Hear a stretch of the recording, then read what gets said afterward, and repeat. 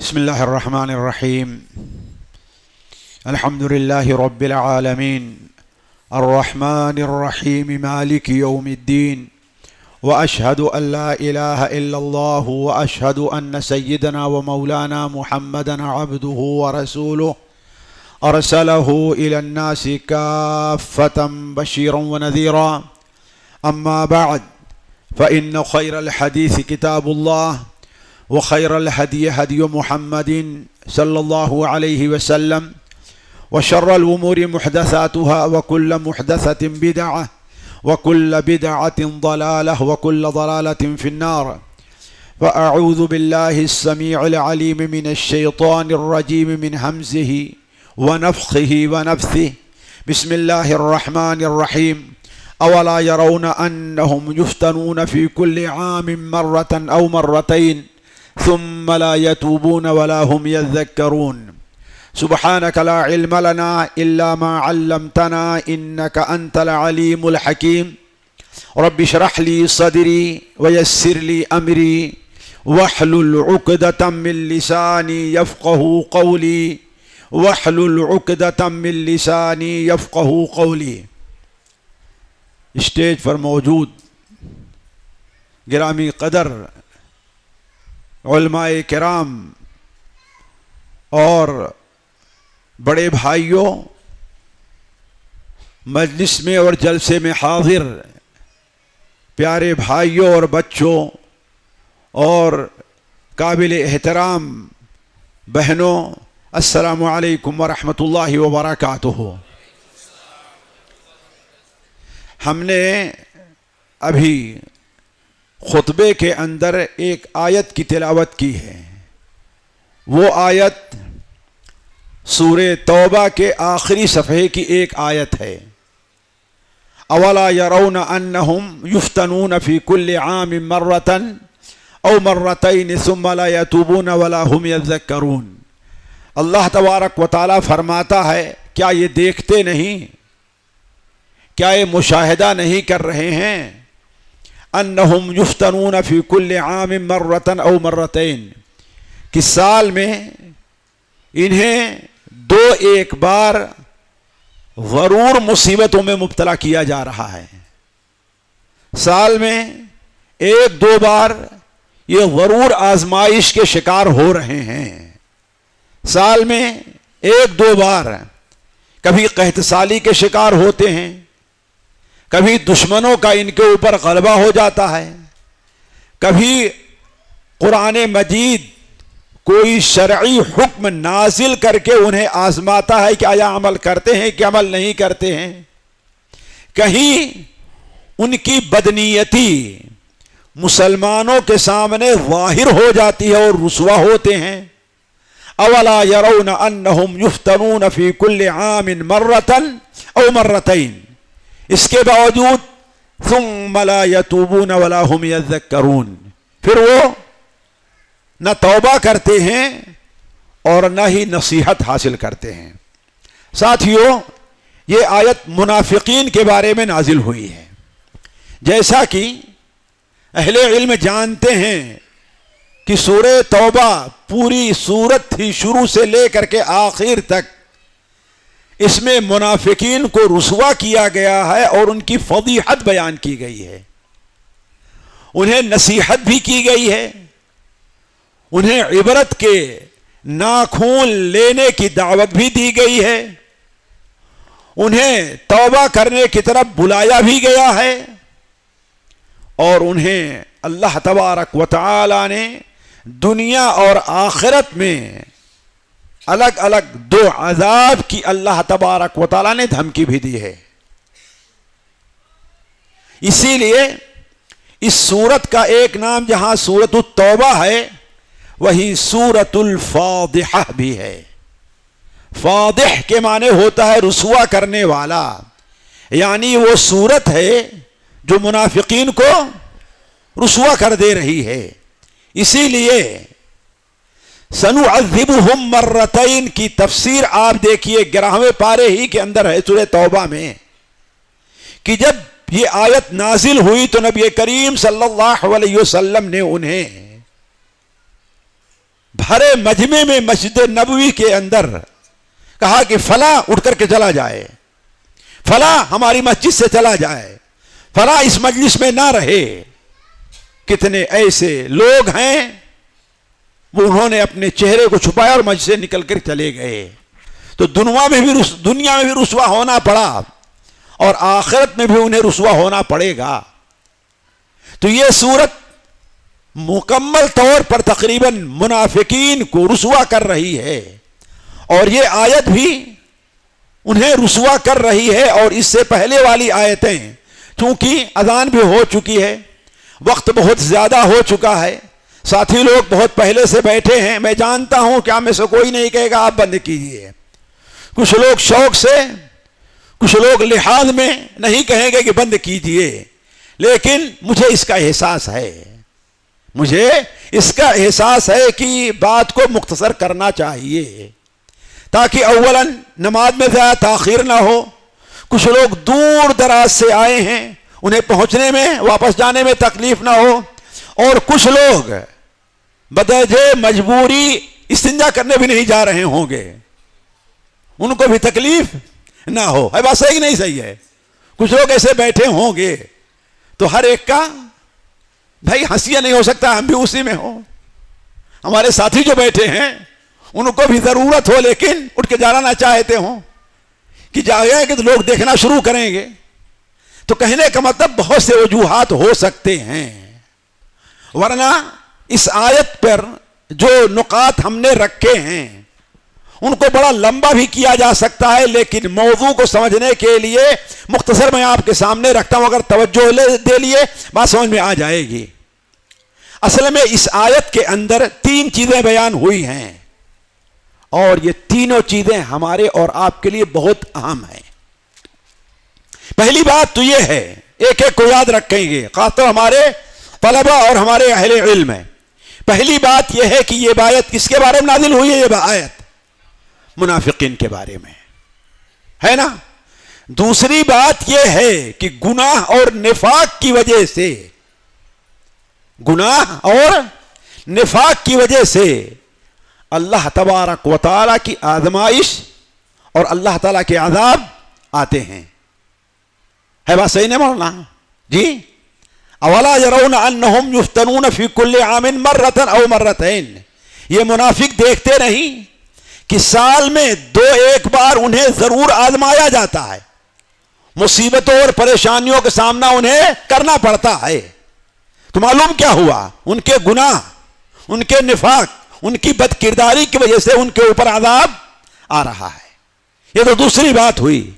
تیسری بات جو بیان کی گئی ہے وہ یہ ہے افلا یتوبون ولا هم یذکرون، یعنی کسی کے اوپر کوئی مصیبت آئے، اس کے گناہوں کے عوض اللہ تبارک و تعالیٰ اسے دنیا میں سزا دے، اس کے بد کرداری کے عوض اللہ تبارک و تعالیٰ اس پر مصیبتیں نازل کرے، تو اسے 2 کام کرنا چاہیے.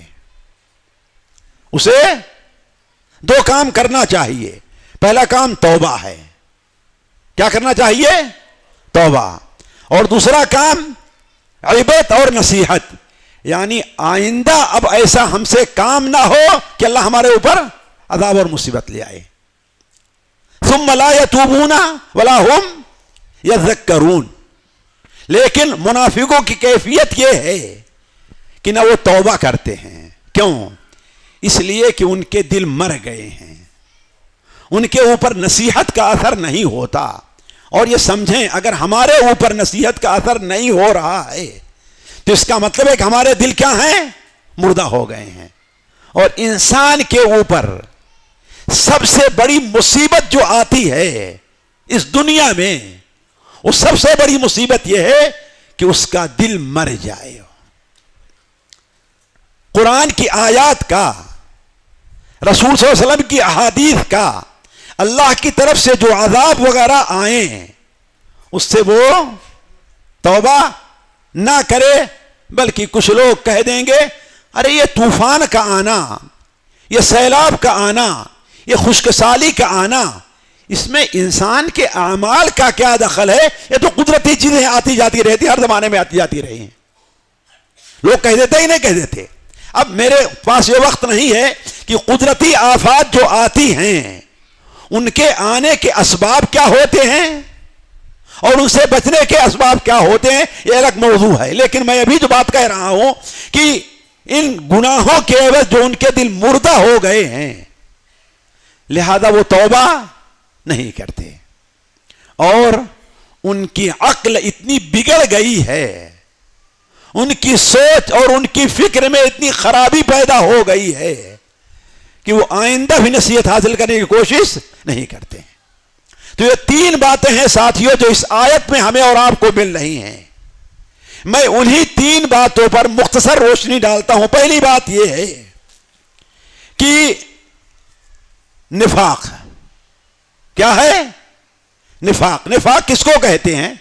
منافق بہت مشہور سا لفظ ہے ہماری زبان میں. یعنی اصل نفاق یہ ہے کہ بندہ اپنے دل میں جو بات ہے، اپنے دل میں جو کفر، فسق، بغاوت ہے، اس کو چھپائے اور زبان سے اس کے خلاف ظاہر کرے. یہی نفاق ہے. اگر یہی چیز عقیدے کی طور پر ہو جائے تو وہ نفاق اکبر ہے. یعنی اس کا عقیدہ نہیں ہے کہ اللہ کے رسول اللہ کے آخری رسول ہیں، لیکن زبان سے مان رہا ہے. اس کا یہ عقیدہ نہیں کہ اسلام سچا مذہب ہے، لیکن وہ زبان سے کوئی مجبوری ہے مان رہا ہے. اس کا یہ عقیدہ نہیں ہے کہ نماز پڑھنا واجب ہے، لیکن زبان سے اقرار کر رہا ہے. تو اگر یہی معاملہ عقائد سے متعلق ہے تو یہی نفاق اکبر ہے، جس کا مرتکب قیامت کے دن جب جنت اور جہنم کا فیصلہ ہوگا تو جہنم کے سب سے نچلے گڑھے میں ہوگا. ان المنافقین فی الدرک الاسفل من النار. اور دوسرا نفاق ہے جسے نفاق اصغر کہا گیا ہے، اسے نفاق عملی بھی کہتے ہیں. وہ یہ ہے کہ انسان دل سے مسلمان ہے، اللہ اور اس کے رسول پر اس کا کامل ایمان ہے، اللہ کی باتوں کو اور رسول صلی اللہ علیہ وسلم کی باتوں کو مکمل قبول بھی کرتا ہے، لیکن عملی میدان میں پیچھے رہ جاتا ہے. یہ نفاق کیا ہے؟ نفاق اصغر ہے. لیکن ایک بات ضرور ہے کہ آج اگر میں اپنے ساتھیوں سمیت تمام لوگ جو موجود ہیں، اپنی بھائی بہنوں تمام سے پوچھوں، بھائیوں سے، کہ کیا تمہیں ڈر ہے اپنے اوپر نفاق کا، تو شاید اگر سچ بولے تو کوئی نہ کہے کہ مجھے کبھی اس کا ڈر نہیں ہوا ہے. ورنہ اپنے دل پہ ہر انسان سوچ لے کبھی نفاق سے ڈرا ہے، وہ سوچے کبھی اسے نفاق کا خوف ہے، کبھی ہم نے سوچا کہیں ہم منافق تو نہیں ہیں. یہ ہماری بھول ہے. یہی چیزیں میں یاد دلا رہا ہوں آپ لوگوں کو. یہ ہماری غلطی ہے. صحیح بخاری میں معلقاً حضرت ابو ابن ابی ملیکہ مشہور تابعی ہیں، وہ بیان کرتے ہیں ادرکت 30 من اصحاب النبی صلی اللہ علیہ وسلم کلہم کان یخاف علی نفسہ النفاق. میری ملاقات اللہ کے رسول کے 30 صحابہ سے ہوئی ہے. کس سے؟ 30 صحابہ، جن میں مائی عائشہ بھی ہیں، حضرت ام سلمہ بھی ہیں، حضرت عبداللہ ابن عمرو، عبداللہ ابن عمر، عبداللہ ابن عباس اور عبداللہ ابن زبیر بھی ہیں. میں ان تینوں کی عمر کو ایک ترتیب سے رکھا ہے. حضرت عبداللہ ابن عمر ان میں سب سے بڑے ہیں. حضرت عبداللہ ابن عمرو، حضرت عبداللہ ابن عمر، حضرت عبداللہ ابن عباس، حضرت عبداللہ ابن جابر، حضرت زبیر. یہ 4 صحابی بھی اس میں داخل ہیں. کہا کہ 30 صحابہ سے میری ملاقات ہوئی، ہر ایک کو اپنے اوپر نفاق کا ڈر تھا. ذرا سوال یہ ہے کہ وہ زیادہ ڈرنے کے حقدار تھے کہ ہم ڈرنے کے حقدار ہیں؟ جی، تو ہم ڈرتے کیوں نہیں ہیں پھر؟ کبھی سوچا ہے ہم نے؟ اور اس سے بھی عجیب و غریب بات، میں کوئی ضعیف حدیث بیان نہیں کرتا، قائل نہیں ہوں، الا یہ کہ کبھی کسی وجہ سے قرآن کی شاہد کوئی ہے بیان کرتا ہوں، اس کو میں بتا بھی دیتا ہوں۔ مسند احمد میں حضرت شاید جابر بن عبداللہ سے روایت ہے، وہ بیان کرتے ہیں، کہتے ام سلمہ رضی اللہ تعالی عنہ کے پاس ایک بار حضرت عبد الرحمن ابن عوف رضی اللہ تعالیٰ عنہ ہو گئے۔ کون؟ حضرت عبد الرحمن ابن عوف۔ اور کیا شان ہے حضرت عبد الرحمن ابن عوف کی، ان 10 صحابہ میں ہیں جنہیں اللہ کے رسول صلی اللہ علیہ وسلم نے دنیا میں، اللہ کی قسم کتنا اونچا مقام ہے، ذرا سوچیں۔ اور اس سے بھی عظیم چیز یہ دیکھیے، حضرت عمر رضی اللہ تعالیٰ عنہ کا جب انتقال ہوا، ہونے کا وقت ہوا، تو انہوں نے کسی کو خلیفہ نہیں بنایا، البتہ ایک مجلس شورا رکھ دی ہے، ایک مجلس شورا جس میں حضرت عبد الرحمن ابن عوف، سعد ابن ابی وقاص، حضرت علی، حضرت عثمان رضی اللہ عنہم اجمعین تھے۔ کتنے تھے شیخ؟ 5 صحابی تھے، 7 سے ہمارے خیال 5 تھے۔ تو کہا حضرت عمر نے اپنے بیٹے سے کہ دیکھو، جس کے بارے میں، علی کے بارے میں، حضرت نہیں سعید ابن زید تھے، سعد ابن وقاص بھی تھے، اور عثمان کے بارے میں جس طرف زیادہ رائے ہو اسے میرے بعد خلیفہ بنا دینا، ہمارے بعد۔ یہ ہے اسلامی جمہوریت جو اہل حل و عقد کے سپرد کی جاتی ہے نا۔ جمہوریت ایک طرز حکومت ہے کہ جس میں بندوں کو گنا کرتے ہیں، تولا نہیں کرتے۔ ایک آدمی نیم پاگل ہو، 90-95 سال کے بوڑھا ہے، اس کی اب یادداشت نہیں ہے، ایک ان پڑھ کھیتوں میں کام کرنے والا ہے، اس کے ووٹ کی بھی اتنی اہمیت ہے جتنا آپ کے سر کے ووٹ کی ہے کہ نہیں ہے؟ کوئی فرق ہے؟ نہیں ہے۔ تو شریعت اسلام اس جمہوریت کو قبول نہیں کرتا۔ اسلام اہل حل و عقد جو لوگ ہیں، تو حضرت عمر نے کہا جس کے بارے میں رائے زیادہ ہو اس کو خلیفہ بنا لینا، اور اگر برابر سرابر ہو جائیں تو دیکھنا کس کی طرف حضرت عبد الرحمن ابن عوف ہیں، حضرت عبد الرحمن جس کی طرف ہے اس کو خلیفہ بنا دینا۔ یہ ہے حضرت عبد الرحمن ابن عوف۔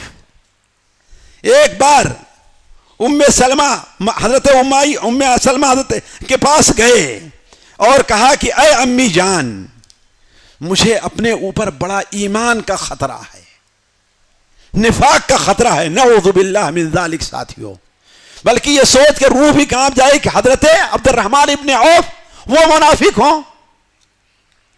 تو کہا اے بیٹے، کہا اس لیے خطرہ ہے کہ قریش میں سب سے زیادہ مال اللہ تعالیٰ نے مجھ کو دیا ہے، میں ڈر رہا ہوں کہ کہیں یہ مال مجھے ہلاک اور برباد نہ کر دے۔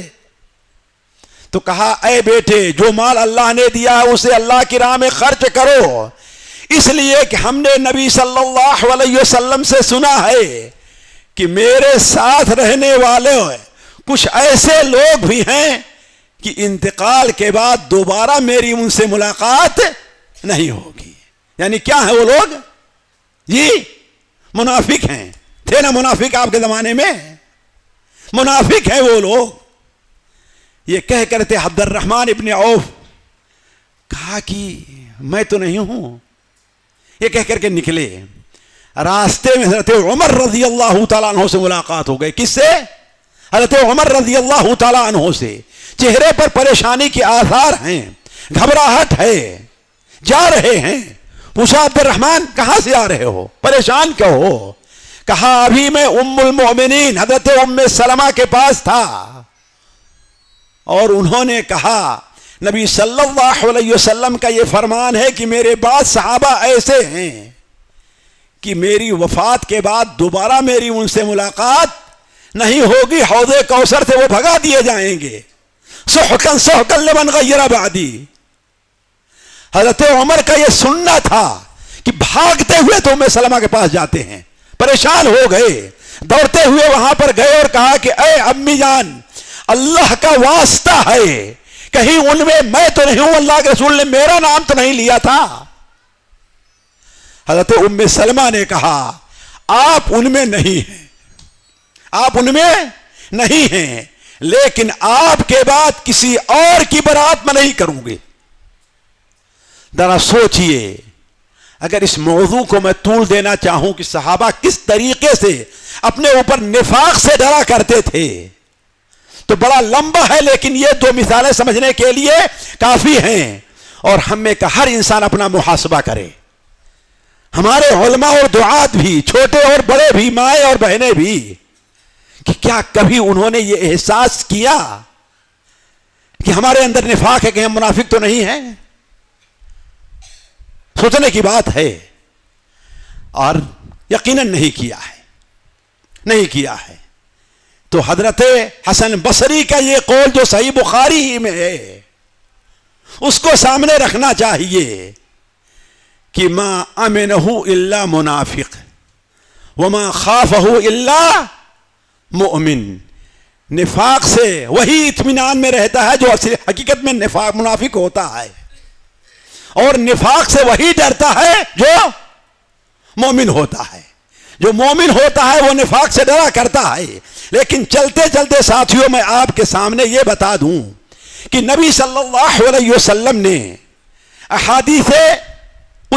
احادیث مبارکہ میں، اور آپ سے پہلے اللہ تبارک و تعالی نے قرآن مجید میں منافقوں کی بعض نشانیاں بیان کی، بلکہ بہت سی نشانیاں، 30 سے زائد نشانیاں ایک بار میں لکھنے لگا شمار کر، اس سے زائد نشانیاں ہم کو مل گئی قرآن اور حدیث منافق کی جو نشانیاں بیان کی گئی ہیں۔ ساتھیوں، یہ وہ موضوعات ہیں جو آج چھوٹے ہوئے ہیں، لوگوں کے سامنے بیان ہونا چاہیے، اس کا ذکر ہونا چاہیے۔ نفاق کیا ہے، اس کی نشانیاں کیا ہیں، نفاق سے بچا کیسے جا سکتا ہے، نفاق کے نقصانات کیا ہیں، یہ قوم کے سامنے آنا، تفصیل سے آنا چاہیے اور بار بار آنا چاہیے۔ سورہ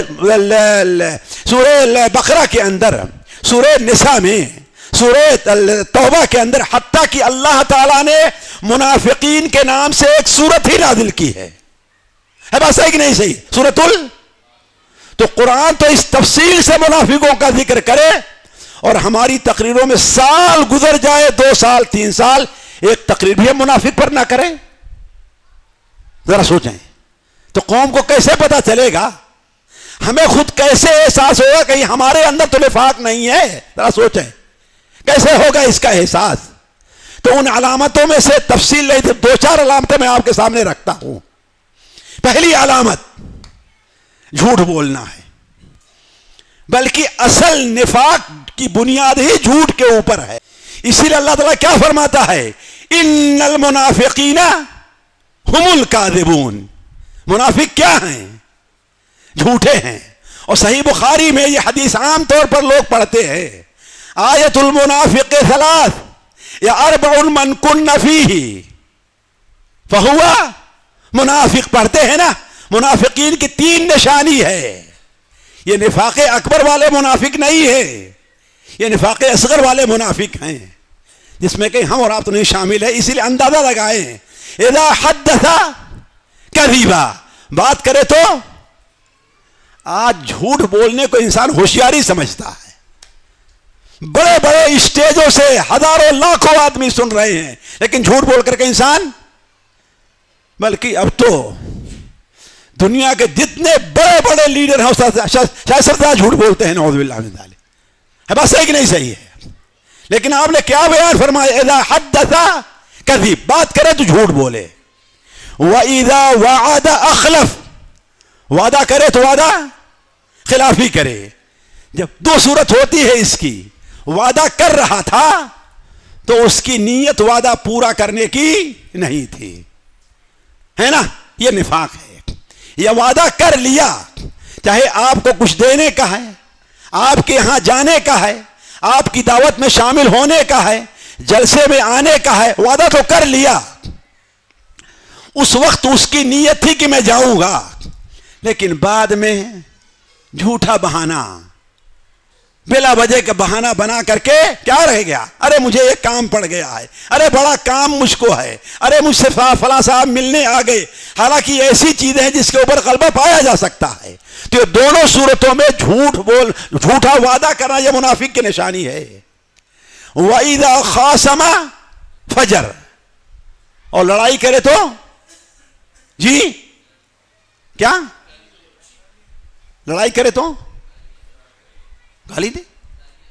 فجرہ کا معنی لغت میں کہیں گالیاں دینا نہیں ہے، یہ غلط ترجمہ ہے جو ہمارے ہاں مشہور ہو گیا ہے۔ اہل علم کو بھی تعجب ہو رہا ہوگا، اب تو ہم یہی پڑھتے پڑھاتے آئے ہیں۔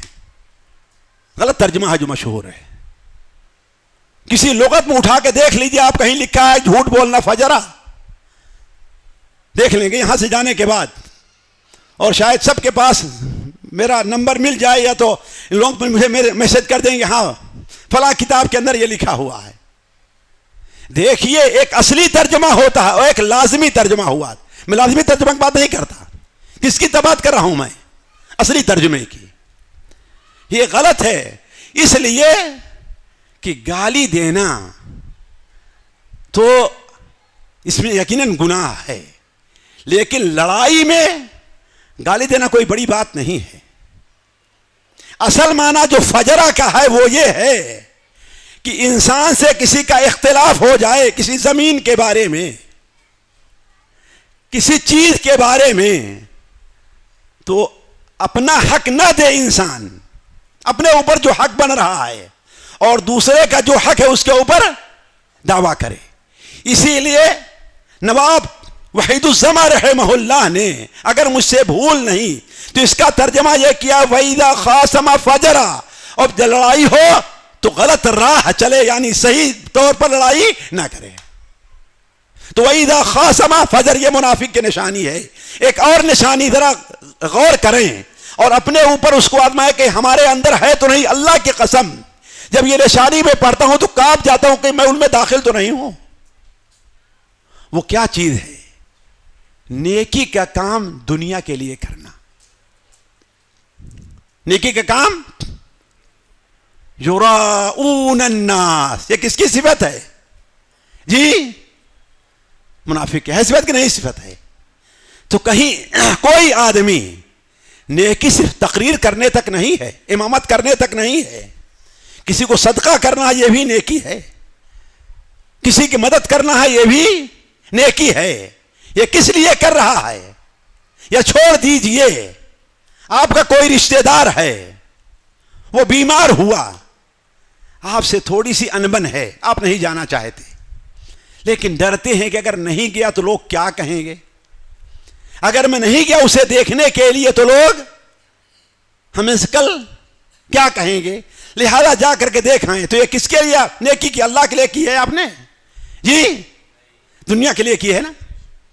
تو نیکی کا کام دکھانے کے لیے، دنیا کے فائدے کے لیے کرنا یہ بھی نفاق کی نشانی ہے کہ نہیں نفاق کی نشانی ہے؟ اور اس سے بھی اہم ایک علامت، ان المنافقین یخادعون اللہ وهو خادعهم واذا قاموا الى الصلاة قاموا كسالى يراؤون الناس ولا يذكرون الله الا قليلا۔ ہے نا یہ آیت منافقین ہی کے بارے میں ہے۔ اس آیت میں منافقین کی کئی نشانیاں بیان ہوئی ہیں۔ پہلی نشانی یخادعون اللہ، اللہ کو دھوکہ دیتے ہیں، یعنی کیا معنی ہے؟ مومن نہیں ہے لیکن ظاہر کرتے ہیں کہ ہم مسلمان ہیں، مومن ہیں۔ اخلاص نہیں ہے لیکن ظاہر کرتے ہیں ہم بڑے مخلص ہیں، آپ کے بڑے خیر خواہ ہیں، آپ کا مقصد ہماری کیا ہے؟ خیر خواہی ہے۔ یخادعون الناس وَإِذَا قَامُوا إِلَى الصَّلَاةِ قَامُوا كُسَالَىٰ، اور جب نماز کے لیے کھڑے ہوتے ہیں، نماز کے لیے آنا ہوتا ہے تو بڑے سستی سے آ رہے ہیں۔ نماز کے لیے آنا ہوتا ہے تو مسجد میں آ گئے، دیکھیں ابھی تو 4 منٹ باقی، ذرا جب پہلے کیوں پہنچ گیا، ابھی 4 منٹ جماعت کھڑی ہونے میں باقی، تو بہت سے لوگ کیا کریں، کوئی بہانہ کر کے پھر دوبارہ باہر چلے جائیں گے۔ برا نہ مانیں گے، یہ صورتحال ہے کہ نہیں ہمارے اندر ہے؟ کیا کریں گے؟ باہر تھوڑی دور چلے جائیں گے۔ 2 رکعت سنت پڑھنا ان کے اوپر کیا ہوتا ہے؟ بھاری ہوتا ہے. حالانکہ بھی کون شیخ ہیں وہ تقریر کر رہے تھے کہ یہ 2 رکعت نبی کریم صلی اللہ علیہ وسلم ایک کا گزر ہے. نعمان ابن بشیر کی روایت ہے یا برا ابن عازب کی روایت ہے, نعوذ باللہ من ذلک, شاید عبدہ ابن صامت کی روایت ہے کہ آپ کا, علامہ البانی اس کو صحیحہ میں نقل کرتے ہیں کہ آپ کا گزر ایک قبر کے پاس سے ہوا جسے ابھی ابھی دفن کیا گیا تھا. لوگ دفن کر فارغ چلے گئے تھے, آپ راستے میں کئی بار سے آ رہے تھے. آپ صلی اللہ علیہ وسلم آگے بڑھے, اس قبر کے اوپر کھڑے ہو گئے اور آپ نے پوچھا اسے کب دفن کیا گیا, یہ کون ہے؟ آپ کو بتایا گیا تو آپ نے اس وقت جو جملہ کہا تھا, میرے بھائی اور میرے بہنوں, میرے دعات اس حدیث کے اوپر غور کریں. آپ نے فرمایا رکعتان خفیفتان مما تحقروہما اور تنفلوہما, 2 ہلکی رکعت, نفلی نماز, فرض نہیں, جسے تم حقیر سمجھتے ہو, اس قبر والے کے نزدیک دنیا اور دنیا کی ساری دولت سے افضل ہے. صرف 2 ہلکی رکعت نماز, اور وہی نماز ہمارے اوپر بھاری پڑتی ہے. ہم کہتے ہیں ہم پہلے کیوں چلے آئے, تھوڑا پہلے گھر میں بیٹھے ہوئے اذان ہو گئی, کوئی مہمان آئے اٹھنا چاہ, ارے ابھی بہت وقت باقی, ذرا انتظار کیجیے. ہوتا ہی نہیں ہوتا ہے. یہ اذان ہو گئی تو وہ وقت اب ہمارا نہیں ہے, وہ کس کا ہے؟ اللہ کا ہے. آئیے فوراً. وَإِذَا سَمِعْتَ النِّجَاءَ فَأَجِبْ, عجیب ہے. میں یہ کہہ رہا ہوں کس طریقے سے نفاق کا کیڑا, وہ کینسر ہمارے دلوں میں کس طریقے سے گھس آیا ہے, اس کے علاج کی ضرورت ہے. تو آپ نے فرمایا وَإِذَا, اللہ فرماتا وَإِذَا قَامُوا إِلَى الصَّلَاةِ قَامُوا كُسَالَىٰ. رمضان کا آ رہا ہے قریب, ہم اسی مسجد میں تراویح پڑھیں گے جو امام بہت جلدی جلدی پڑھتا ہے اور تھوڑا تھوڑا پڑھتا ہے. بس ہے کہ نہیں صحیح ہے جی؟ ہمارے بعض اہل حدیثوں کی مسجدیں ہیں الحمدللہ جس کا اہتمام کیا ہے, پورا پارا ایک رات پڑھا جاتا ہے یہ. لیکن بہت سی مسجدوں ایک تو اتنا تیز پڑھتے ہیں کہ یعلمون تعلمون کے علاوہ کچھ سمجھ میں نہیں آتا کہاں پڑھ رہا ہے. چاہتے ہیں کتنا جلدی, اللہ کے بندے تم کسی گناہ کے کام میں ہو جو اتنی جلدی مچائے ہو. تمہیں تو چاہیے کہ رمضان کی رات ہے, عبادت کی رات ہے, چاہے جتنی لمبی قرات ہو. صحابہ کرام رضوان اللہ علیہم اجمعین, امام مالک رحمہ اللہ اپنی حدیث میں موطا میں نقل کرتے ہیں کہ امام ہمیں 8 رکعت میں سورہ بقرہ سنایا کرتا تھا. کتنا؟ یعنی 2.5 پارہ 8 رکعت میں پڑھتا تھا وہ. یہاں تک کہ بعض صحابہ چھڑی لے کر کھڑے ہو جاتے تھے, ٹیک لگاتے تھے. بلکہ بعض علماء نے تراویح کی بڑی اچھی تفسیر کی ہے. وہ کیا؟ دیکھیں تراویح کے معنی ہوتا کیا ہے؟ راحت, آرام لینا. تو کہا کہ جیسے گھوڑا ہوتا ہے اپنے چاروں پیروں پر کھڑا ہوتا ہے, جب تھوڑا سا بھاری پڑتا ہے تو اپنے ایک پیر کو اٹھا کر کے 3 پیروں پر کھڑا ہو جاتا ہے. اور انسان جب کھڑے ہوتے ہوتے تھک جاتا ہے تو کیا کرتا ہے؟ ایک طرف زور دے کر کے ایک طرف پیر پر, ہے نا. تو کہا کہ یہ آرام کرنا ہے جب تک قیام اتنا لمبا نہ ہو کہ پیروں میں درد پیدا ہو جائے, اس وقت تراویح نہیں ہے, ہم کھیل کر رہے ہیں. تو کیا فرمایا اللہ تعالیٰ نے؟ وَإِذَا قَامُوا إِلَى الصَّلَاةِ قَامُوا كُسَالَىٰ يُرَاءُونَ النَّاسَ. اور آخری جملہ سنیے, یہ منافق کی نشانی ہے. وَلَا يَذْكُرُونَ اللَّهَ إِلَّا قَلِيلًا. نماز میں اللہ تعالیٰ کا ذکر بہت تھوڑا کرتے ہیں, بڑی مشکل سے 3 بار کر لیا سبحان ربی العظیم, سبحان ربی العظیم, سبحان ربی العظیم, سبحان ربی العظیم, سبحان ربی العظیم, سبحان ربی العظیم. بلکہ علامہ البانی نے کہا اس طرح نماز ہوگی ہی نہیں. کہے سبحان ربی الاعلیٰ, سبحان ربی الاعلیٰ, سبحان ربی الاعلیٰ. کسی کو دیکھے ہیں سنت پڑھ رہا ہو تو 4 بار سبحان ربی الاعلیٰ پڑھے, یا خود اپنے دے. اور سنت کے اندر کتنی ہلکی قرات, چھوٹی قرات ہم کرتے ہیں. کیوں؟ ہمیں بھاگنا رہتا ہے, ہمیں مسجد سے محبت نہیں ہے, ہمیں نماز سے محبت نہیں ہے, ہمیں اپنی دکان سے, اپنے گھر سے, اپنے بچوں سے. بسا اوقات لوگ مسجد میں امام کی قرات لمبی نہیں سنیں گے اور مسجد کے باہر کھڑے ہو کر کے اپنے ساتھی سے آدھا گھنٹہ 1 گھنٹہ باتیں کرتے رہیں گے, پیر میں درد نہیں ہوگا. ہے بات صحیح کہ نہیں صحیح ہے؟ یہ کس بات کی نشانی ہے؟ کہ ہمارے دلوں میں ایمان نہیں. کیا ہے؟ خیر ساتھیوں, یہ بات لمبی نہ ہو, میں اتنا لمبا کرنا بھی نہیں چاہتا. تو میں یہ کہہ رہا تھا یہ منافق کی معمولی چند نشانیاں ہم نے ذکر کی ہیں آپ کے سامنے. اس سے انسان اندازہ لگا لے کہ کہیں اس کے دل میں نفاق ہے تو نہیں، جس کی وجہ سے اللہ تعالی ہمارے اوپر مصیبتیں اور پریشانیاں لے آ رہا ہے۔ خوب کماتے ہیں، برکت نہیں ہوتی۔ جب دیکھو کبھی یہ بچہ بیمار ہے، کبھی یہ بچہ بیمار ہے، کبھی گاڑی کا ایکسیڈنٹ ہو گیا، کبھی یہاں نقصان ہو رہا ہے، کبھی یہ ہمارے اوپر حملہ کر رہا ہے، کہیں ادھر سے حملہ ہو رہا ہے، کہیں ہمیں نماز پڑھنے سے روکا جا رہا ہے، کہیں ہمارے گھروں پر بلڈوزر چلایا جا رہا ہے۔ آخر مصیبت کیوں آ رہی ہے؟ اولا يرون انهم يفتنون في كل عام مرة او مرتين ثم لا يتوبون ولا هم يذكرون۔ سوچتے کیوں نہیں ہیں؟ کسی نفاق کی وجہ سے ہمارے اوپر یہ مصیبتیں آ رہی ہیں، گناہوں کی وجہ سے ہمارے اوپر مصیبتیں آ رہی ہیں۔ اور یہ بات تو حقیقی ہے کہ نہیں؟ گناہوں کی وجہ سے بندے کے اوپر کیا ہوتا ہے؟ مصیبتیں آتی ہیں نا۔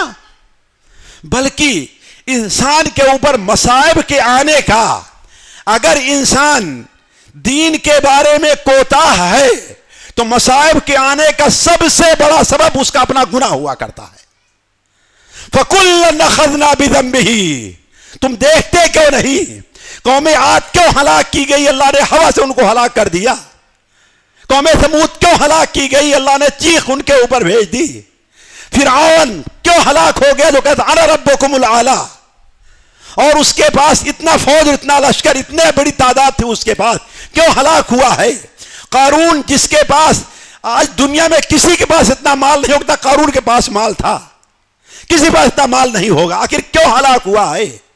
اللہ تعالیٰ فرماتا ہے فَكُلًّا أَخَذْنَا بِذَنبِهِ، ان میں سے ہر ایک کو ہم نے اس کے گناہوں کی وجہ سے پکڑ رکھا ہے۔ وہ حدیث یاد کریں جو مسند احمد میں حضرت عبداللہ ابن مغفل رضی اللہ تعالیٰ عنہ سے مروی ہے، یہ بتانے کے لیے کہ گناہ دنیاوی مصائب کا سبب بنتا ہے۔ قرآن کی آیتیں بھری پڑی ہوئی ہیں، ایک دو آیت نہیں ہے۔ تو پریشانیاں آ رہی ہیں، ہمیں اس سے اول اللہ تعالیٰ سے توبہ کرنا چاہیے، اس لیے کہ توبہ ایک ایسی چیز ہے جو اللہ کو بہت محبوب ہے، اور بندہ توبہ کر لے اللہ تعالیٰ ان پر سے مصائب کو ٹال سکتا ہے۔ حضرت نوح، حضرت یونس علیہ السلام کی قوم، سورہ یونس کے آخر میں فلولا کانت قریۃ آمنت فنفعها ایمانها الا قوم یونس، قوم یونس کے اوپر سے عذاب کیوں ٹلا ہے؟ مفسرین لکھتے ہیں کہ عذاب کے آثار ظاہر ہو چکے تھے، لیکن پوری قوم جب دیکھی کہ یونس اللہ کا بندہ ہمارے اندر نہیں ہے، وہ نیک تھا، اس کا ہمارے اندر سے دور ہو جانا، غائب ہو جانا، یہ اللہ کی طرف سے پریشانیوں اور مصیبتوں کا سبب بن سکتا ہے، لہذا قوم کے سارے لوگ اپنے جانوروں کو، اپنے بچوں کو، اپنی بیویوں کو، ساروں کو لے کر کے میدان میں چلے گئے۔ ماں کو اس کے بچے سے دور کر دیا، جانور کے بچے کو اس کے ماں سے دور کر دیا، پورا مجمع چیخ رہا ہے، رو رہا ہے، چلا رہا ہے۔ توبہ کی، اللہ کو رحم آیا اور عذاب کو ان کے اوپر سے ٹال دیا ہے۔ فَمَتَّعْنَاهُمْ إِلَىٰ حِينٍ۔ تو اللہ تعالیٰ کا جو عذاب آتا ہے وہ توبہ اور استغفار سے وہ عذاب ٹل سکتا ہے۔ ایک مثال آپ کے سامنے رکھ کے میں اپنی بات بند کرتا ہوں۔ ہمارے خاص بہت ملنے والے ہیں اور بڑے معتقد ہیں ہمارے۔ ایک بار وہ خود مجھ سے اپنے توبہ کا واقعہ بیان کرنے لگے کہ انہوں نے توبہ کیوں کی۔ ماشاءاللہ اب ایسے داڑھی ہے، دین کے لیے بہت خرچ کرتے ہیں ماشاءاللہ، اور میں بامبے پہنچوں تو ایک میرا پروگرام ضرور، ہندوستان میں کہیں بھی ہوں ٹیلی فون کریں گے، پتہ نہیں ان کو کہاں سے خبر مل جاتی، کہاں ہیں آپ، میں ٹکٹ بنواتا ہوں آئے۔ ایک بار الہ آباد تک 20,000 روپے کی ٹکٹ بنوا کر کے مجھے بلایا کہ نہیں آپ آئیں پروگرام کرنے کے لیے، جبکہ عام ٹکٹ کتنا ہے 4,000 کا اور 5,000 کا، لیکن چونکہ سیزن تھا اس لیے 20,000 کا۔ اتنے میرے معتقد بیان کرنے لگے، کہنے لگے کہ میری زندگی اور میری بیوی، ان کی بیوی ڈاکٹر ہے ماشاءاللہ، اسکن اسپیشلسٹ ہے، ڈاکٹر ہے، اور یہ بھی اچھے پیسے والے ہیں، میری بیوی اور ہم دونوں لیٹے بستر پر رات میں تو آپس میں اختلاف ہو گیا، لڑائی ہو گئی جیسے میاں بیوی میں ہوتی ہے، اور لڑائی بڑھتے بڑھتے بڑے غصے تک پہنچ گئی، یہاں تک پہنچ گئی ہماری مائیں بہنیں اور سنیں اور شوہر کے حق کو پہچانے، شوہر کو بلا وجہ اذیت دینے، تکلیف دینے، ان کو تنگ کرنے سے اپنے آپ کو بچائیں۔ کہتی ہے کہ بہت ناراض ہوئی، وہ بھی ڈاکٹر ہے بھائی، کوئی معمولی تو ہے نہیں، MBBS نہیں، بلکہ اس سے پہلے اس نے کیا کیا ہے، اسپیشلسٹ، ظاہر بات بڑی ڈاکٹر تو مزاج بھی بہت اونچا ہوگا، اور یہ صاحب اتنا پڑھے لکھے نہیں تو اور بھی اس کو مزاج بہت اونچا تھا. بہت ناراض ہوئی. ناراض ہونے کے بعد اٹھتی ہے وہاں سے. کہا کہ ایسا ہو کہ مرنے کے بعد تمہارا منہ بھی دیکھنے کو مجھ کو نہ ملے. یہ کہا اٹھی وہاں جا کے اپنے الگ کمرے میں سو گئی. یہ صاحب بھی اپنا بستر پر لیٹے رہے. پتہ نہیں نیند آئی کہ نیند نہیں آئی. اکیلے کروٹ بدل رہے ہیں. گھنٹہ 2 گھنٹہ 3 گھنٹہ واللہ عالم کتنی دیر کے بعد بیوی بستر کے پاس بھاگتی ہوئی آتی ہے. ان کو جگاتی ہے. آپ مجھے معاف کر دیجئے, مجھے معاف کر دے, میری غلطی کو معاف کر دے. آج کے بعد سے میں ایسی غلطی نہیں کروں گی. آج کے بعد سے میں آپ سے ایسے کبھی نہیں لڑوں گی, کوئی بات نہیں کہوں گی. اللہ کے بندی ٹھیک ہے, تو ہی ناراض ہوئی, تو ہی گئی ہے, آخر بات کیا ہے؟ تجھے اتنا جلدی عقل کیوں آ گئی, سمجھ کیوں آ گئی؟ تو وہ کہنے لگی کہ ہم نے دیکھا کہ قیامت قائم ہے. یہ دیکھیے, ثم لا یتوبون ولا هم یذکرون. لڑائی ہوئی, اختلاف ہوا, مصیبت ہے کہ نہیں ہے, مصیبت ہے, پریشانی ہے کہ نہیں ہے. کہا کہ قیامت قائم ہے. کچھ لوگ دائیں طرف جا رہے ہیں, کچھ لوگ بائیں طرف جا رہے ہیں. میں ان لوگوں میں ہوں جنہیں جہنم کی طرف لے کے جایا جا رہا ہے. اللہ تعالیٰ جس کے ساتھ رحم کرنا چاہتا ہے, اللہ تعالیٰ جس کو نیک بنانا چاہتا ہے, اسے بسا اوقات پہلے کسی گناہ میں مبتلا کرتا ہے, پھر توبہ کی توفیق دیتا ہے, اور پہلے سے بہت اچھے بن جاتے ہیں. اس سے پہلے کہے کبھی نماز پڑھ لیا, کبھی نماز نہیں پڑھی, کبھی جماعت میں چلے گئے, کبھی جماعت میں نہیں گئے, کوئی پابندی نہیں تھی. ہم دونوں کی زندگی بالکل عام مسلمان جو ویسے رہتی تھی. تو کہا کہ مجھے جہنم طرف لے جایا جا رہا ہے. اور جب جہنم کے قریب پہنچے تو وہاں ایک شخص مجھے پکڑتا ہے زور سے, اور جہنم کے گڑھے میں پھینکنا چاہتا ہے, اور کہتا تو ہی ہے, تو ہی وہ عورت ہے جو اپنے شوہر کے بارے میں کہتے تجھے کبھی نہیں دیکھوں گی, میں مرنے کے بعد بھی نہیں دیکھوں گی. کہا مجھے اٹھایا یہ کہہ کر کے جہنم میں ڈالنا چاہا, میری نیند کھل گئی, میری نیند کھل گئی. ثم لا یتوبون, توبہ کر لیا. اس کے بعد سے آج الحمدللہ دونوں کی بڑی نیک زندگی گزر رہی ہے. تو ثم لا یتوبون ولا هم یذکرون. عبرت کے ہی بہت سے مشاہدے ہیں, لیکن بہت وقت ہو گیا. لیکن اصل بات جو میں کہنا تو سمجھنے کے لیے کافی ہے کہ اللہ تبارک و تعالیٰ جو مصیبتیں پریشانیاں سال میں ہمارے اوپر, پوری قوم کے اوپر, پوری دنیا کے اوپر, سیلاب کی شکل میں, بیماری کی شکل میں, طوفان کی شکل میں, آپس میں لڑائی کی شکل میں, دشمنوں کے غلبہ کی شکل میں, یہ جو مصیبتیں آتی ہیں ہمارے اور آپ کے گناہوں کا نتیجہ ہیں, جس سے ہمیں اور آپ کو عبرت حاصل کرنا چاہیے اور توبہ کرنا چاہیے. اللہ تبارک و تعالیٰ سے دعا ہے کہ اللہ تبارک و تعالیٰ ہم میں سے ہر شخص کو ہر قسم کی مصیبت اور پریشانیوں سے محفوظ رکھے. اللہ تعالیٰ امت مسلمہ کی اصلاح کر دے. اللہ تعالیٰ مسلمہ کو ہر قسم کے دشمنوں کے غلبے, ان کی ان کے عذاب سے اللہ تعالیٰ انہیں محفوظ رکھے. اللہ تعالیٰ ہمارا اور آپ کا یہاں پر جمع ہونا قبول فرمائے. یہاں جمع ہونے کی برکت سے ہم تمام مرد عورت چھوٹے بڑے جو ہیں, اللہ تعالیٰ ان کے اوپر اپنی خصوصی رحمت نازل فرمائے, ان کے گناہوں کو معاف کر دے. جو لوگ بیمار ہیں اللہ انہیں شفا عطا فرمائے. جو مصیبت پریشانی میں اللہ ان کی پریشانی کو دور کر دے. جو حاجت مند ہیں اللہ تعالیٰ ان کی تمام حاجات کو پوری فرمائے. سبحانک اللہم و بحمدک, اشہد ان لا الہ الا انت, استغفرک و اتوب الیک. والسلام علیکم ورحمۃ اللہ وبرکاتہ. دیکھیے میں بہت مختصر جواب دوں گا جلدی سے, وقت کا. سلف کیا ہے بھائی؟ دیکھیے ہم میں سے, ایک منٹ, ہم میں سے بہت سے سوالات ہوتے ہیں صرف آزمانے کے لیے. ہمارے خیال سے بہت بار یہاں پر مشائخ منہج اور مسئلہ پر دبایا کیا ہے تقریر کر چکے ہوں گے, ہے کہ نہیں شیخ؟ تو اب اس کے پوچھنے کیا ضرورت, صرف یہ جانتے ہیں میری کیا رائے ہے. جب اہل علم, معتبر اہل علم انہوں نے بنا کر دیا منہج سلف یہ ہے منہج سلف مختصر طور پر کہ اولاً اطاعت کا مقام, مطلقاً اطاعت کا مقام صرف اللہ اور اس کے رسول کو حاصل ہے, اس کے علاوہ کسی اور کو حاصل نہیں ہے. ایک چیز, اور یہ اطاعت اور یہ اتباع جو ہوگی وہ سلف یعنی صحابہ کرام کے فہم کی روشنی میں ہوگی. سمجھ رہے ہیں نا؟ یہ اصل اختصار, دو لفظ منہج سلف ہے. اسی لیے آپ صلی اللہ علیہ وسلم سے جب پوچھا گیا کہ اللہ سے ناجی فرقہ کون ہے تو آپ نے کیا بتایا؟ دو باتیں بتائی تھی شیخ، ہے نا؟ کیا فرمایا؟ ما انا علیہ و اصحابی، جس راستے پر میں ہوں اور میرے، یہ ہے منہج سلف۔ اور واضح رہے کہ منہج سلف صرف عبادت کے اندر نہیں ہے، صرف عقیدہ میں نہیں ہے جیسے ہمارے بہت سے لوگ زور دیتے ہیں۔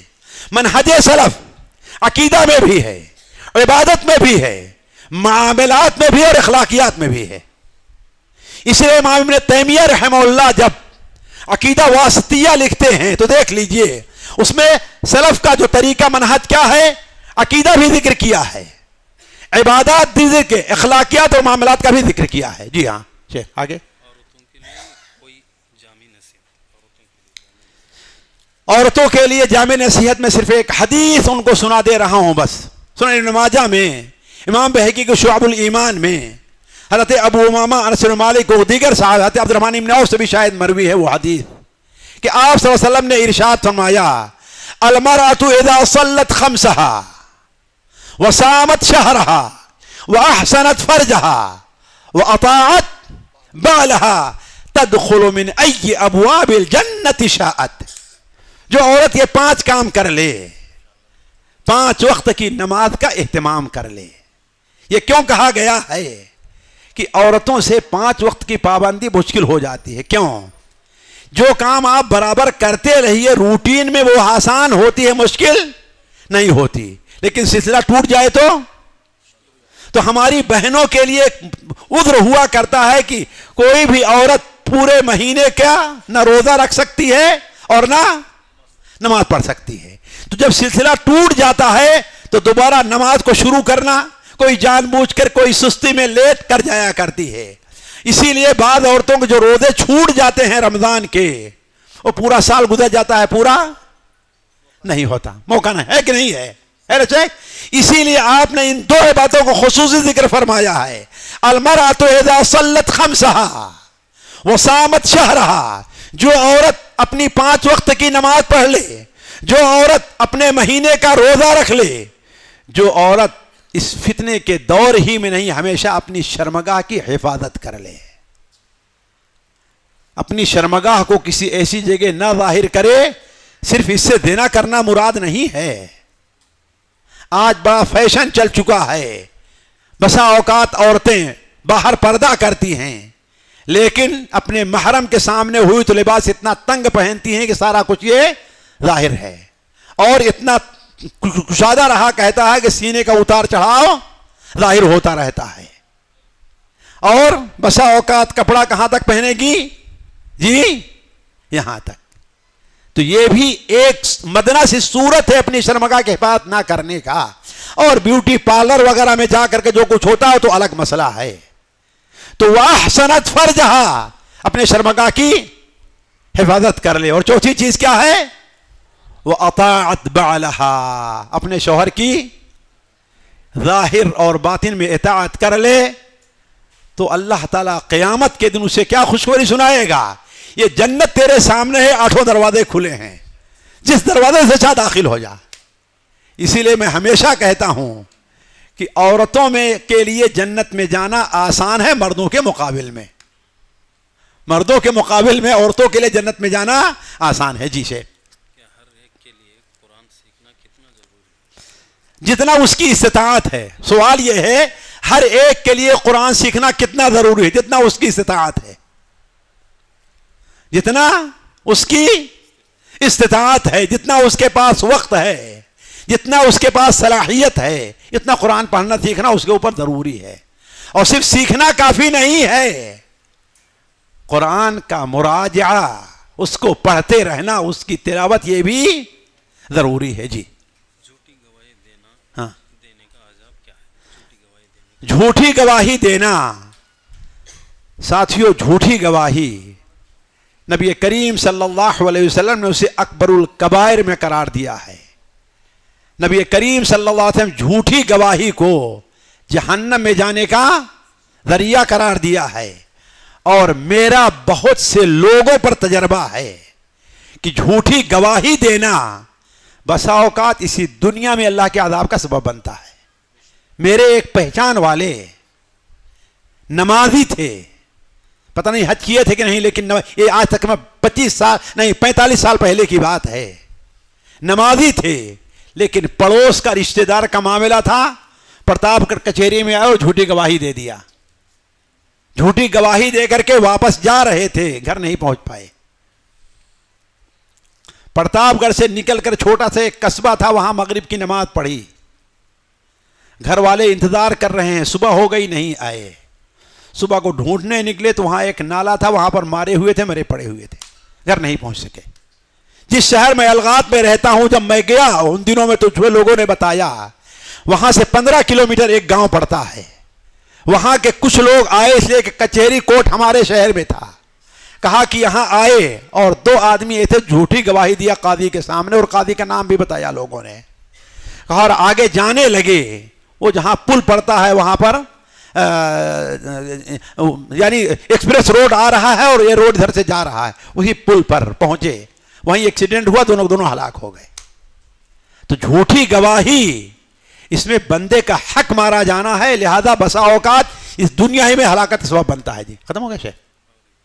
ہر ایک کے لیے عقیدہ توحید کیسے سمجھنا کتنا ضروری ہے؟ میرے بھائی کہہ رہے عقیدے توحید کا سمجھنا مکمل ضروری ہے. اب توحید کی جو اقسام ہیں, اب ان میں ہر انسان کی اپنی استطاعت, لیکن اتنا جاننا کہ اس دنیا میں اگر عبادت کے ہم دنیا میں ہیں, اگر سارے عالم میں عبادت کا اگر کوئی مستحق ہے تو کون ہے؟ اللہ تعالیٰ ہے. ہر قسم کی عبادت, چاہے دل کی عبادت ہے, مال کی عبادت ہے, زبان کی عبادت ہے, یا ہاتھ اور پیر کی عبادت ہے. دل کی عبادت محبت ہے, توکل ہے, اعتقاد ہے, یقین ہے. یہ محبت کی, یہ دل کی عبادتیں ہیں, ساری اللہ کے لیے ہیں. اور اللہ تعالیٰ کی ربوبیت کی توحید, اس دنیا میں جو کچھ کالا سفید کرنے والا ہے وہ کون ہے؟ ایک ذرے پر بھی دنیا کے اندر کسی کو کوئی اختیار حاصل نہیں ہے. سارا اختیار کس کے اوپر ہے؟ آپ بامبے جائیں, ایک ہاسپٹل ہے کوکیلا, بڑا مشہور ہاسپٹل ہے امبانی کا. اس ہاسپٹل کی تاریخ کیا ہے جانتے ہیں آپ؟ ایک دل کا اسپیشلسٹ جس نے 10,000 لوگوں کے دل کا آپریشن کیا تھا. کتنا؟ جا کر کے دیکھ کر کے ہاسپٹل, وہ ایک کنارے اس کا نام, اس کی فوٹو بنی ہوئی ہے. کتنا؟ 10,000. بال ٹھاکرے کے بھی دل کا آپریشن اس نے کیا تھا. صرف 13 یا 14 عدد باقی رہ گئی تھی. کتنا؟ کہ 10,000 پورا ہو. جس کا انتظار کر رہا تھا, یہ ہاسپٹل بنا رہا تھا تاکہ پورا ہو جائے تو اسے ہاسپٹل ہم فنکشن کریں گے. ایک پتہ نہیں 10 باقی تھا, 9 باقی تھا, آپریشن کر رہا تھا دل کا. اسی آپریشن کے حالت میں دل کا دورہ پڑا اور خود ہی مر گیا. وہ ماننا چاہے قہار کون ہے, سب چیز بنانے والا کون ہے, ہر چیز پر اس دنیا کے اللہ کی قسم ایک ذرے پر. اسی لیے ہم کہتے ہیں ہمارے جسم کے اوپر حکومت کس کی ہے. ہم تو اتنے مجبور ہیں اپنے جسم کے بارے میں کہ ایک بال پر بھی ہم کو اپنا اختیار حاصل نہیں ہے. ہم اس جگہ کا بال کاٹنا ہمارے لیے ناجائز ہوگا, جو شریعت نے اجازت نہیں دی ہے, اور اس جگہ کا بال کا چھوڑنا ہمارے لیے ناجائز ہوگا جس کے کاٹنے کے شریعت نے ہے. بات صحیح کہ نہیں صحیح ہے؟ تو ہم تو اتنا مجبور ہیں اور سارا عالم مجبور ہے. رب العالمین کون ہے؟ رب کے معنی ہوتا کیا ہے ساتھیوں؟ ہمارے ہاں بڑا آسان ترجمہ پالنہار ہے, لیکن عربی زبان میں رب کا یہ معنی نہیں ہے. عربی زبان میں رب کا 3 معنی ہوتا ہے. توحید ربوبیت جو کہ 3 معنی ہوتا ہے, وہ 3 معنی کیا ہے؟ خالق, پیدا کرنے والا. امام طبری رحمہ اللہ نے سب سے پہلے یہ بات لکھی ہے. مالک, اور تیسری چیز کیا ہے؟ تصرف کرنے والا. یہ تینوں چیزوں کس معنی میں آتے ہیں؟ رب کے معنی میں. تو اللہ رب العالمین ہے. یہ ہمارا عقیدہ ہو, اس کے علاوہ اور کوئی نہیں ہے. اور توحید کا تیسرا یہ کہ ہر قسم کے اسماء اور صفات کا کمال. کیا کمال کس کے پاس ہے؟ سنتے ہم بھی ہیں اور اللہ تعالیٰ بھی سنتا ہے, لیکن ہمارا سننا محدود ہے. ہمارا سننا وقتی ہے. ہمارا سننا اللہ تعالیٰ کا دیا ہوا ہے، اور اللہ کا سننا محدود نہیں ہے. اللہ تعالیٰ کی ذات وہ ہے جو عرش کے اوپر ہے، ساتوں آسمان سے اوپر. ہم اس دوری کا اندازہ نہیں لگا سکتے. آج کل کمپیوٹر کی دنیا میں حساب نہیں لگا سکتے کتنا اوپر ہے ساتوں آسمان پر عرش. رب ہمارا وہاں پر موجود ہے.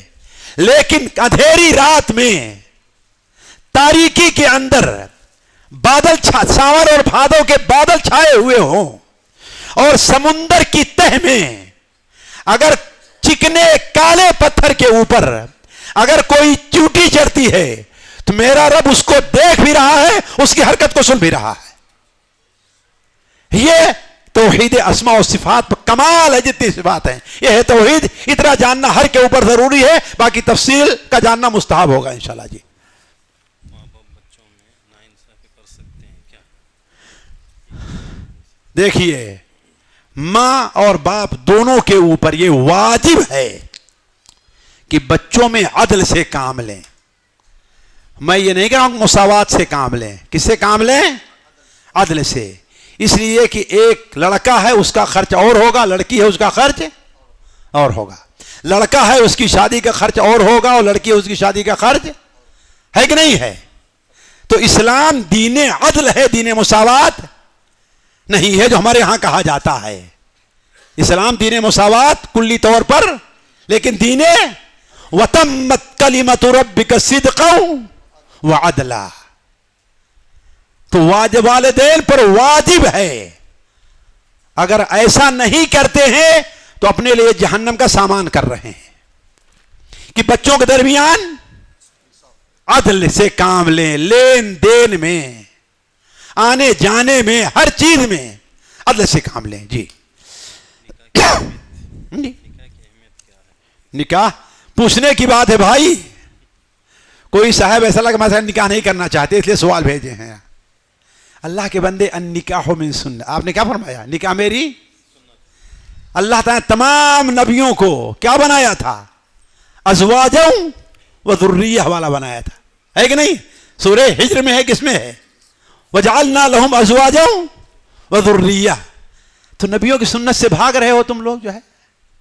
ویسے فقہی طور پر نکاح کرنا کبھی واجب ہوگا، کبھی مستحب ہوگا، کبھی جائز ہوگا، کبھی مکروہ ہوگا، کبھی حرام ہوگا. یہ تفصیل علماء سے بعد میں پوچھ لیجئے گا آپ لوگ. جی وصیت کے بارے میں ایک سوال ہے، کون سی وصیت پتہ نہیں ہے، وصیت کتنے دنوں میں پوری کریں؟ دیکھیے، اگر مرنے والا وصیت کر کے جا رہا ہے اور اس کی وصیت شرعی حد میں ہے، غور کریں گے. میت وصیت کر کے جا رہا ہے اور اس کی وصیت شرعی حد میں ہے تو اس کو جتنا جلدی امکان ہو اس کو پورا کرنا واجب ہے. کسی گھر میں کسی گاڑی کو، کسی دکان کو چلانے کا حق بیٹوں کو حاصل اس وقت تک نہیں ہوگا، لیکن ایک آدھ دو دن کا معاملہ الگ ہے. یہ عرف میں کیا چیز تسامح یعنی اس بارے میں نرمی ہے، لیکن بلا وجہ قابض رہیں اور وصیت کا معاملہ ہے اور میراث کا تو یہ چیز جائز نہیں ہوگی. جتنا جلدی ہو سکے حتی الامکان اسے نافذ کیا جائے. جی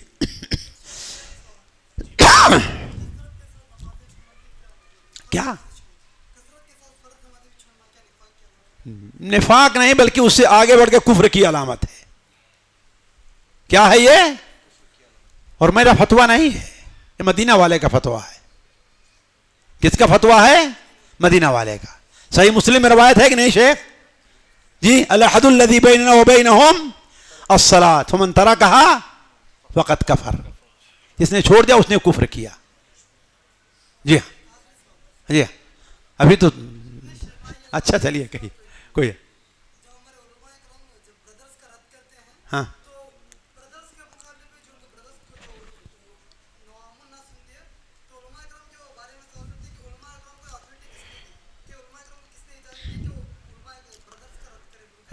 ان کے علم نے اجازت دی ہے. کس نے؟ قرآن اور حدیث کا ان کے پاس جو علم ہے، یہ علم ان سے مطالبہ کرتا ہے کہ اگر وہ غلطی پر ہیں تو اس پر رد کریں، بھول ہو رہی تو ان سے رد کریں. اور مجھے تجربہ ہے جیسے بڑی بڑی بھول ہوا کرتی ہے ان لوگوں سے. ایک صاحب جو برادر میں سے ہیں تحریر الرقبہ کا ترجمہ کیا کرتے ہیں؟ غلام کو لکھنا کرتے ہیں. کیا کرتے ہیں؟ اس لیے کہ تحریر اردو میں کس کو کہتے ہیں؟ لکھنے کو. حالانکہ تحریر کا غلام آزاد کرنا. تو آپ پاس اتنا بھی علم نہیں ہے کہ آپ یہ کریں اور آپ بڑے بڑے فتوے دینا شروع کر دیتے ہیں.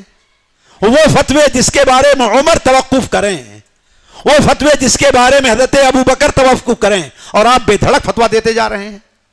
تو ان کے پاس جو اللہ نے علم دیا ہے وہ ان کو اجازت دے رہا ہے.